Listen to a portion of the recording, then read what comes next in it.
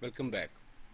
In the last session we have seen how the packages can be used to resolve the name conflicts in the Java programming. Now let us see what are the classes and the objects and how they can be used. As I have told you earlier that in Java everything has to be placed in the classes. Either it may be method or it can be attribute. Everything has to be placed in classes because Java is completely object oriented programming, so it cannot be placed anything anywhere. We have to place everything in the classes, whether it be a method or attributes. So Java is a true object oriented language, and therefore the underlying structure of all the Java programs is classes. Anything we wish to represent in Java must be encapsulated in a class that defines the state and the behavior of the basic program component known as objects.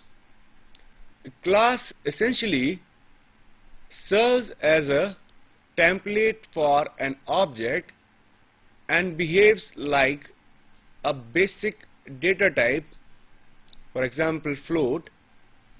It is therefore important to understand how the fields and methods are defined in a class and how they are used to build a Java program that incorporates the basic object-oriented concepts such as encapsulation, inheritance, and polymorphism.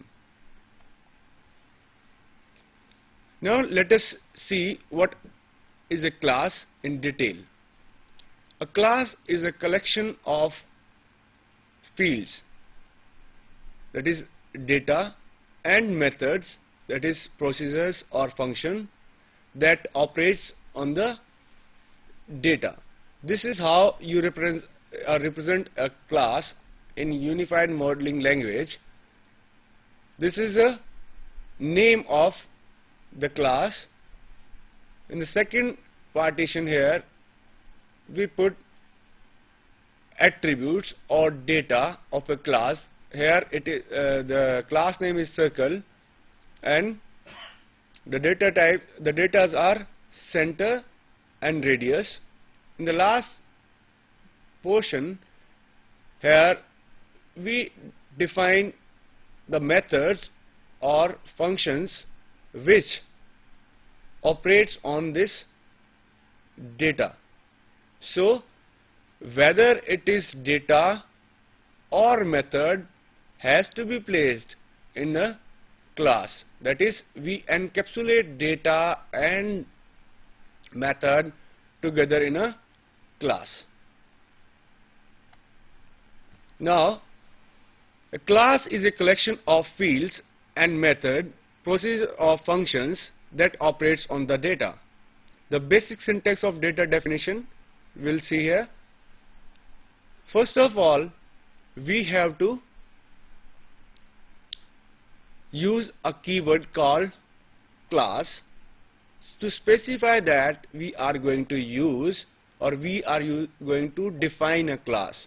Then we have to give the name of that class.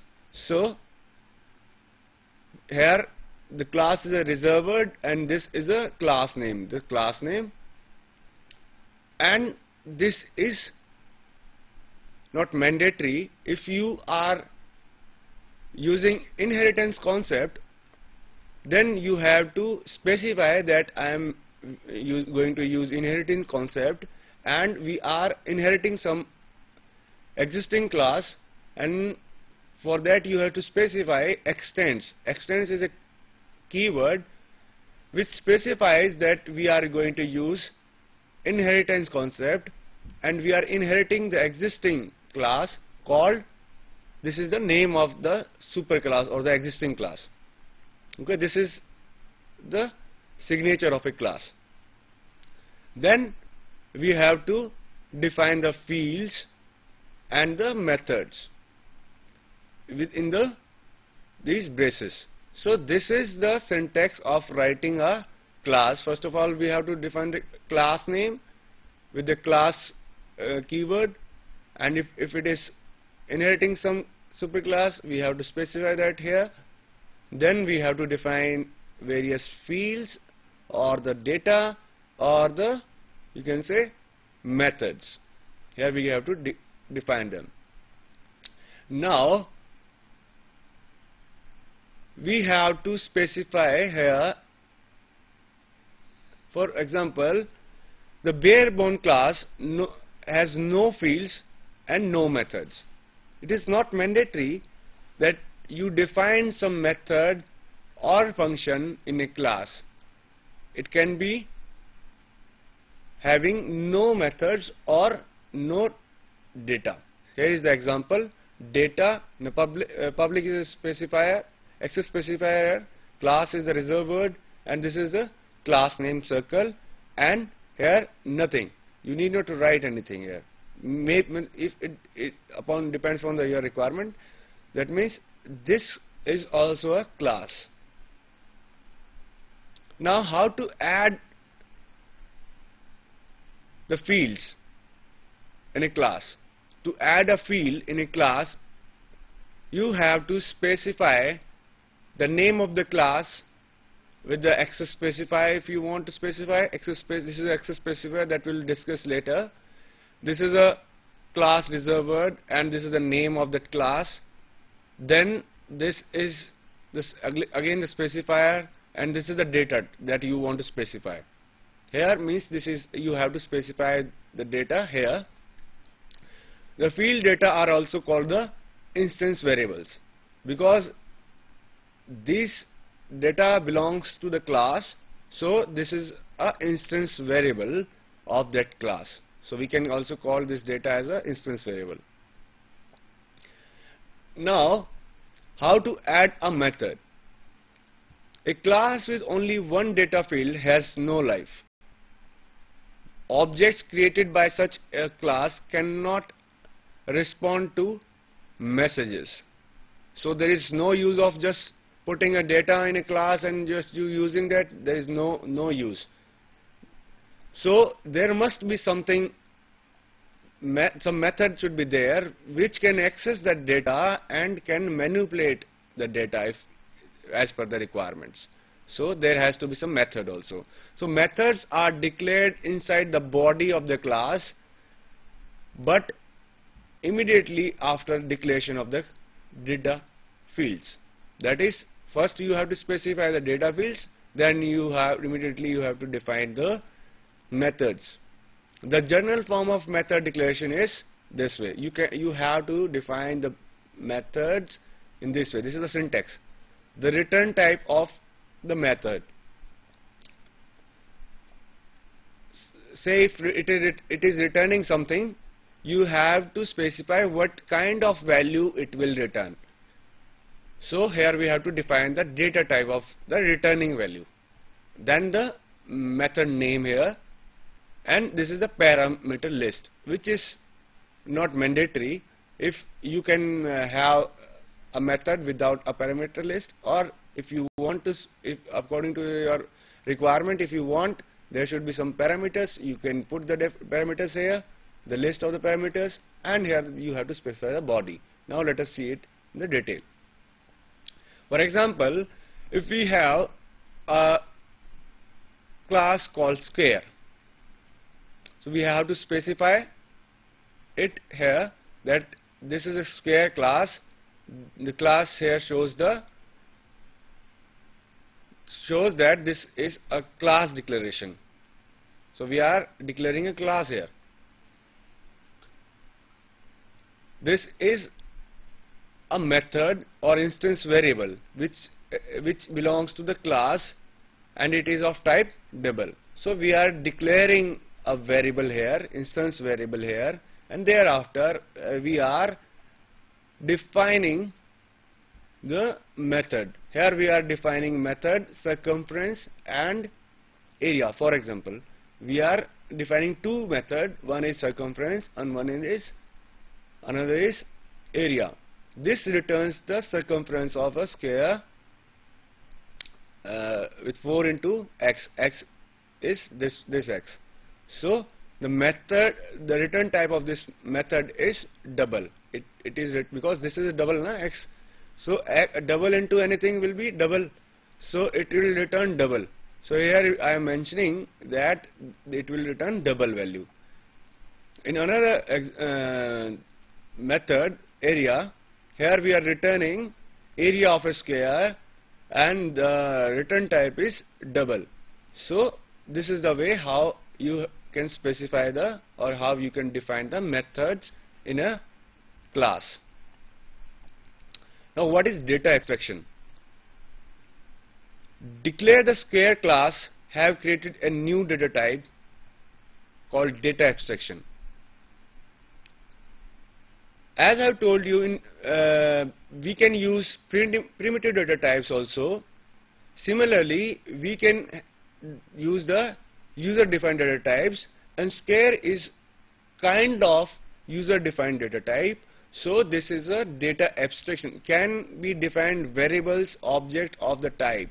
So I can define variable of type something like this is the class and this is the object name. This is the class, this is the object name. For example, if we are using only the primitive data types, then I have to use integer I. So I is the type of integer. Similarly, when we are using our user-defined data types, we are defining that this is the object of type this. Okay, so this is the class name and this is the object name. We can see this by this example. A square class and B square class simply refers to a circle object, not an object itself. So this is a reference. This A and B are the references to a class circle. Now how to create an object of a class? You can, in the last slide we have seen that we are just declaring the objects of type circle, but we are not initializing these objects, and no memory is allocated to these references because this is null, this is null. No memory location is allocated to these references. When we want that these two objects should exist in real world, or the memory allocation should be there, then we have to initialize, we have to create the object of the class. So for that we use the new operand. This is a new. With this new keyword, we can specify that we are creating an object with the name square, and the class is square. So here we are assigning the memory location.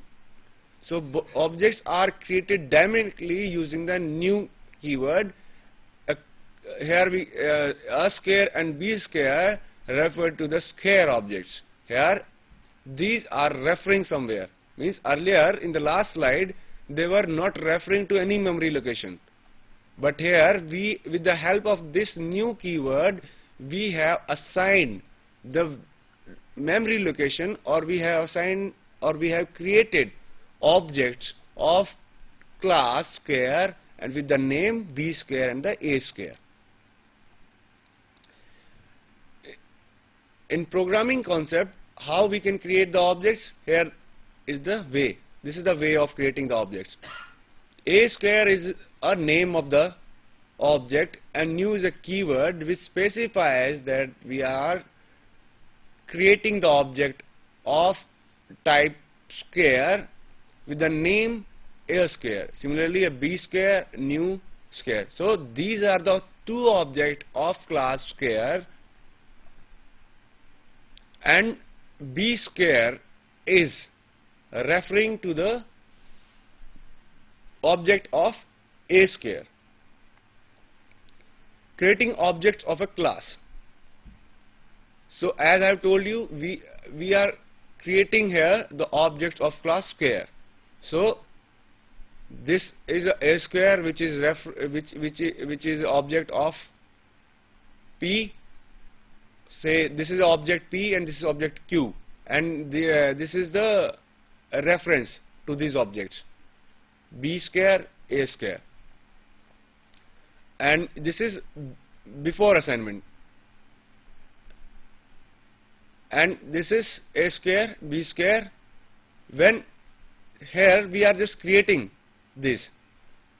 Till here we have created these two objects with the name a square, b square, and now we have assigned b square is equal to a square. Now the reference to this is cancelled, and it is now assigned to the object of a square.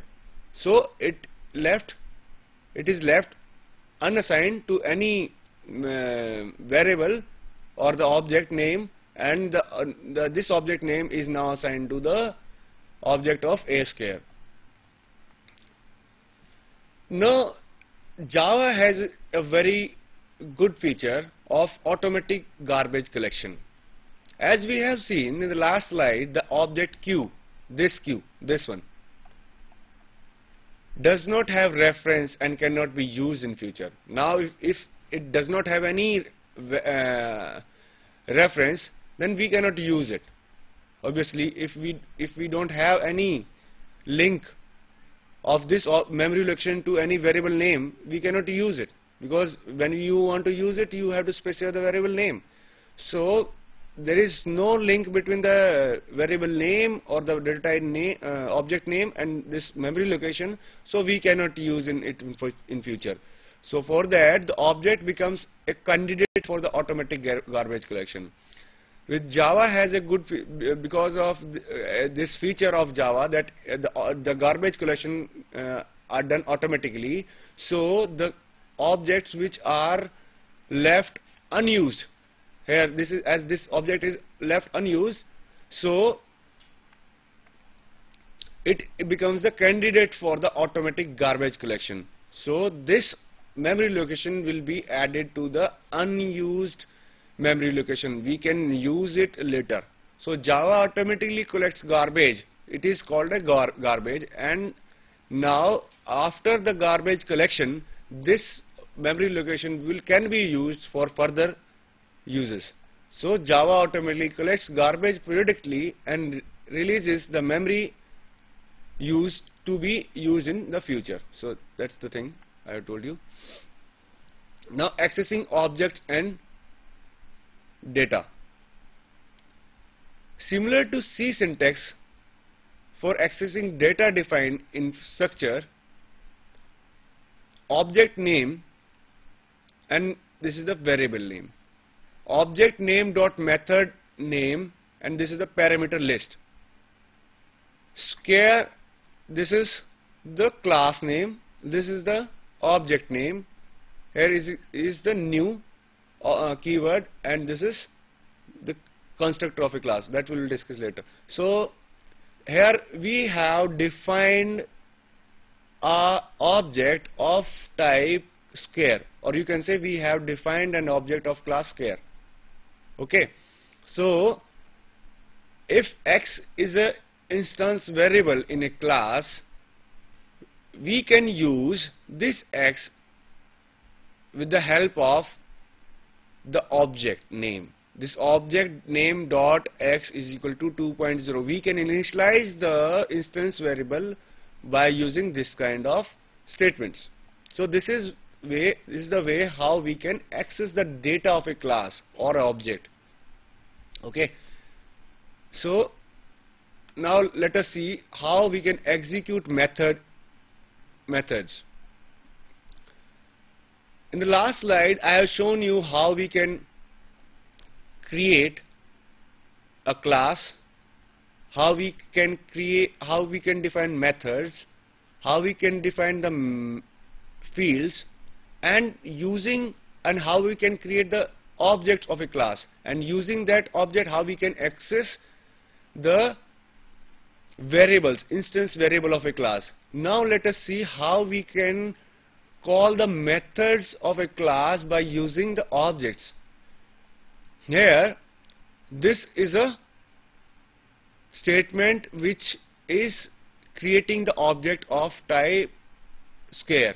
So we are creating a object of class square, and we are calling, or we are declaring one method as area, and we are accessing the instance variable of that class x is equal to 1.0, and we are assigning that variable is equal to 1.0.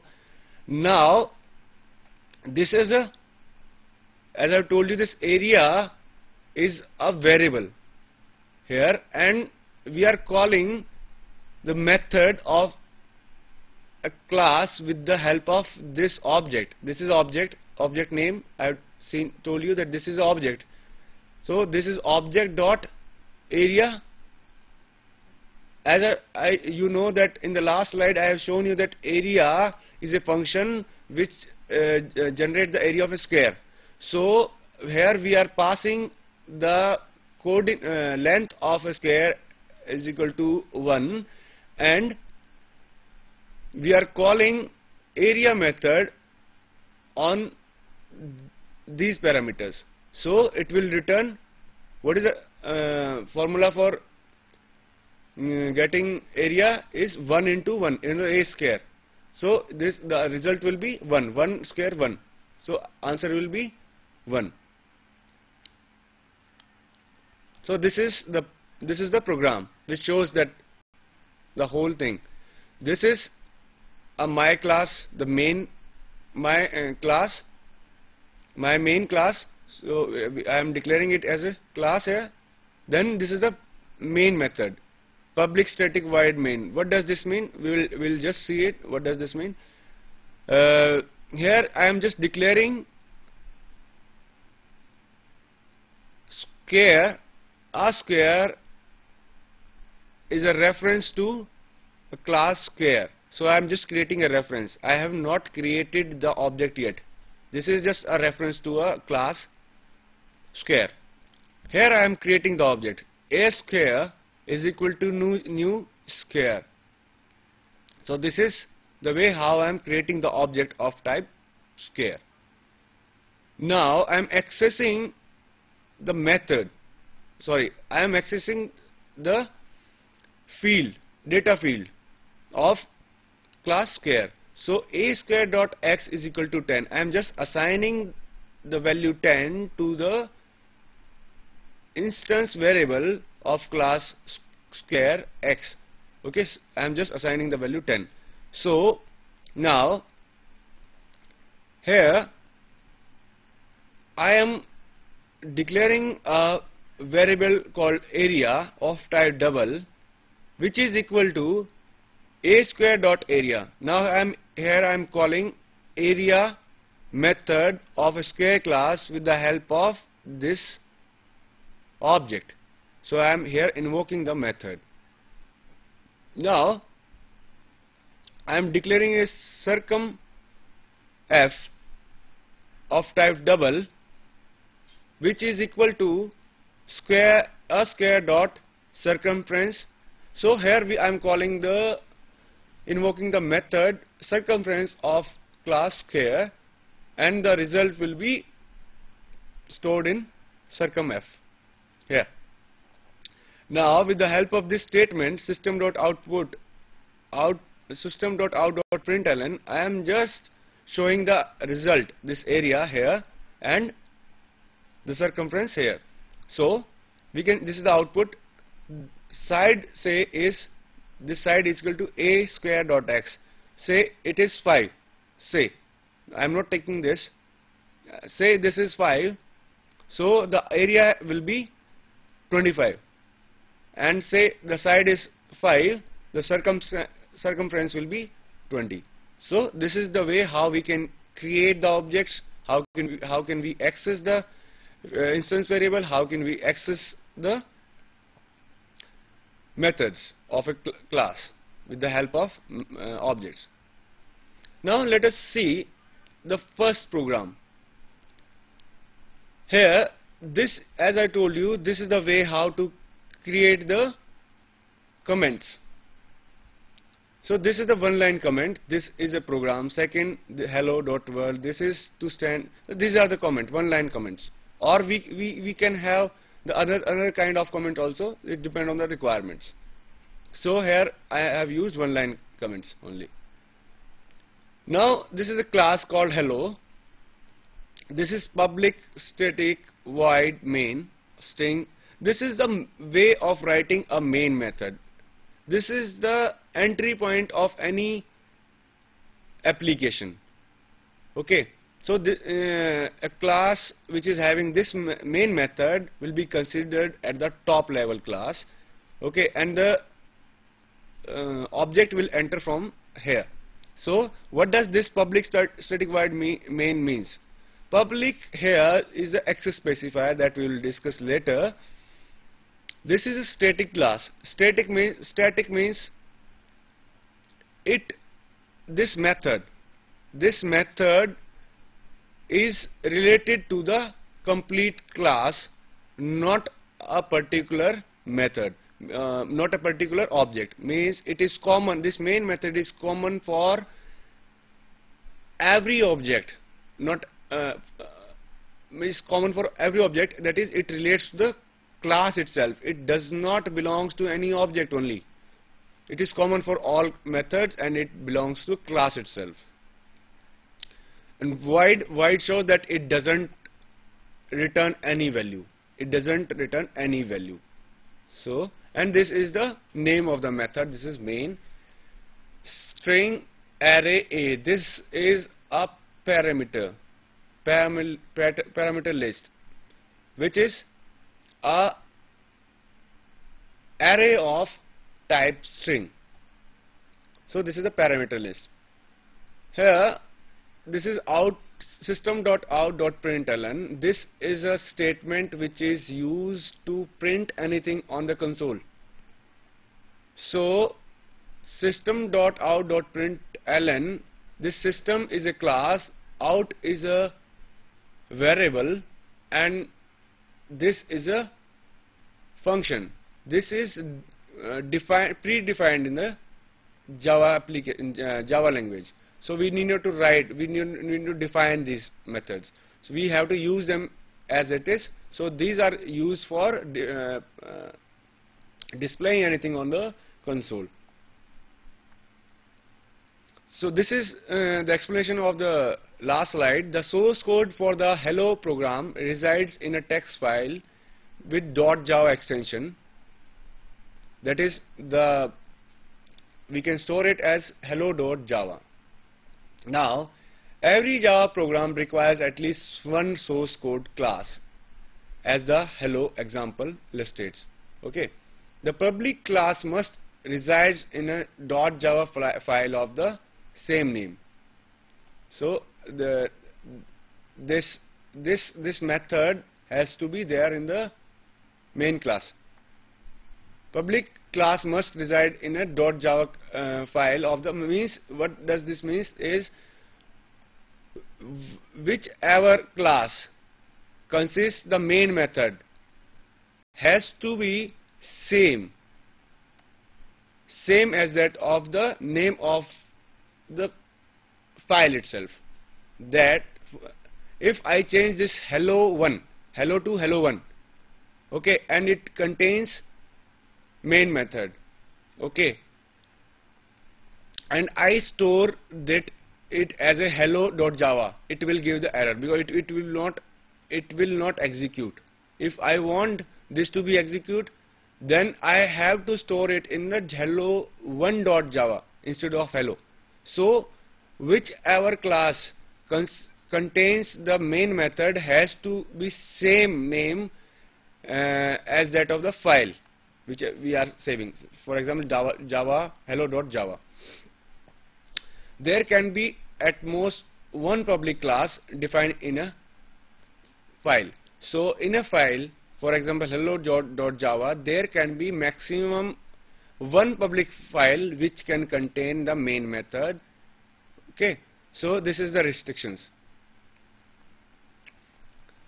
The hello program is a Java application rather than, for instance, an applet or a servlet, which are other program type. So as I told you, there are 4 types of Java program, that is application, applet, servlets or beans. So this program, the last program, is a Java application. It is not an applet, not an servlet, because it is containing the main method. It is containing the main method. This is the entry point. So it doesn't require any host program to run it. So JVM is enough to run it. Okay. A Java application is the most general and basic program type. An application must have a public static method called main that takes an array of strings. That I told you that this public this application must have some method, some entry method, that is a public static void main method. Okay, public static void main method. This is the entry point, and it has to be there in the application kind of Java program. Without this method, it cannot execute. Now let us see the syntax. What does this mean? String. This is the in the last slide as shown you that this is a parameter list. String, array, this. So what does this mean? This means that it indicates that that it refers to an array. In general, the square bracket indicates an array. In this case, the array can hold reference to the strings which any command line argument pass to the program. That means this parameter list is an array of string. Whatever you pass from a console, it will come and store in this array, and it can be used further in the program. Now in the first print statement, system.out.println, as I have told you, this system is a class, out is a variable, and println is a method. The system is a standard Java class that represents the system on which the program executes. And out is a static field in the system class, and its type is printstream, another standard Java class. Println is a printstream method. So whatever you write between these quotes, it will be displayed on the screen or console. In the hello program's print statement, the part system.out and println are separated by a member operator, the period, and the print statement is terminated by the semicolon. In Java, the semicolons terminate statements. So semicolons are basically used for terminate a particular statement, that this statement is over and next statement will be there. So this separates the two statements, semicolons. Now let us return to the method and see how user can create their own methods. This is a syntax for creating your own methods. This is the modifier that is like public, the access specifier you can say. Return type, return what kind of value it will return, this method, and the method name. So this is the method name, and this is the formal parameter list. This is a parameter list that can be used by the body of the program or the body of the method. So, and in the braces you can write the number of statements which consist the body of the method. User defined methods. This is the explanation of this syntax. Value returning method used in expressions, calculate and return a value, can save value for later calculation or print value. Modifiers can be public, private, protected, static, abstract, final, anything. Return type can be type of value that the method calculates and return using return statement. Method names, Java, it is a Java identifier, name of a method, anything. Formal parameter list. What does this formal parameter list means? The syntax of formal parameter list is data type identifier, method calls. The syntax to call a value returning method is method. So here you can see this is the syntax for writing the formal parameter list. So first you have to give the definition, so the data type of the parameter. This is the parameter, say I, and this is the type, integer I, comma, float f. So here we are passing two parameters I and f with the data types should be there. Means we have to mention their data type also. Okay. Now how can we call a method? For calling a method, this is the syntax: a method name and the actual parameter list, whatever you want to pass. For example, here in the formal parameter list we have defined I and f. So here I am passing I is equal to say 1 and 2.0. So the 1 will be assigned to I and 2.0 will be assigned to f. So this is the actual parameter which the value of which will be assigned to the formal parameters. Actual parameter list. The syntax of actual parameter list is expression or variable. So this is nothing. This is the way how we can pass the actual variables, like the way I have done the last slide.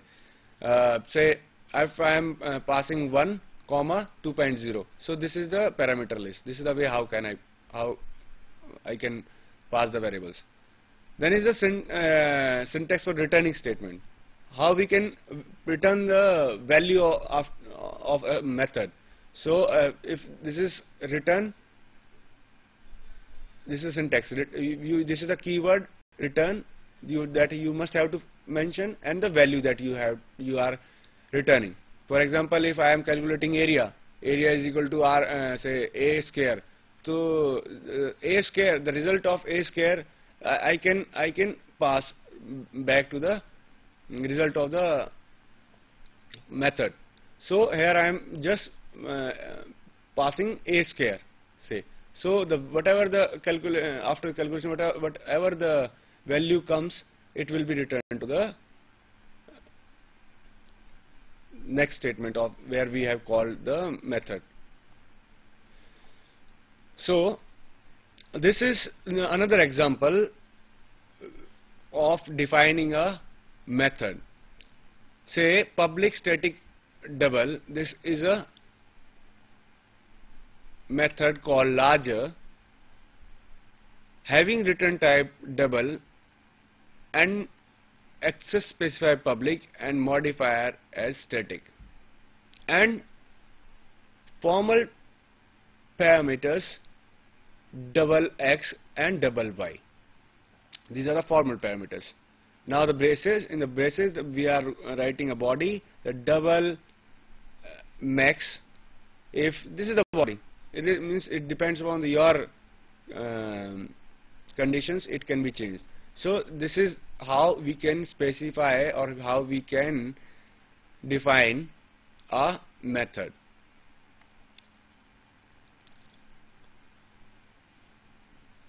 In the last example, I just want to show that how we can return the value. Here we are returning the maximum value of these two formal parameters.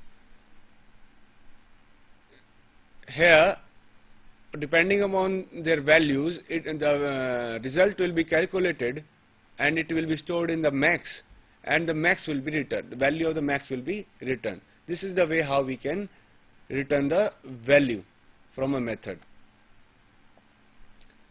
This is the same example which is showing it in another way, that is returning it is developed in another way. It depends on your coding and your logic. So this is another logic which is used for returning the maximum value of the two statements.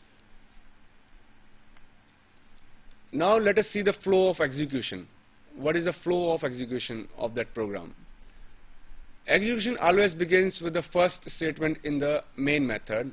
Matlab, the first control will be transferred to the main method, and thereafter the first statement will be executed in the main method. User defined method execute only when called. User defined methods will be called only when you call it deliberately. They won't get it called by default. You have to call them. Call to method transfer control from caller to the called method. The control will be transferred to the called method then. In the method call statement, specify only actual parameter, not data type or method type. So you need not to specify any method or data type. Control goes back to the caller when method exits.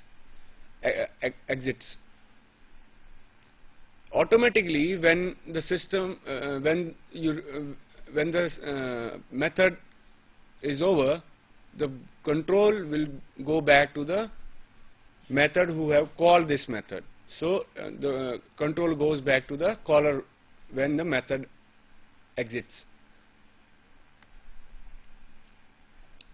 There can be a void method also. It is not mandatory that every method has to be return some value. It can be void also, as the public static void main. So we can have the void method. For that, you can refer the public static void main method for writing that. In the value returning method, no method type, means this can be there. So this is the syntax of that method. You can refer that for you can refer the public static void method. It doesn't void, the main method doesn't return any value. Now the primitive data variables, you can pass the primitive data types variables as a parameter list. A formal parameter receives a copy of its corresponding actual parameters if a formal parameter is a variable of primitive data type. So value of actual parameter is directly stored, cannot pass information outside the method, provide only a one-way link between the actual parameter and the formal parameters. So this is what we have seen, that in Java we can how we can define a class, how we can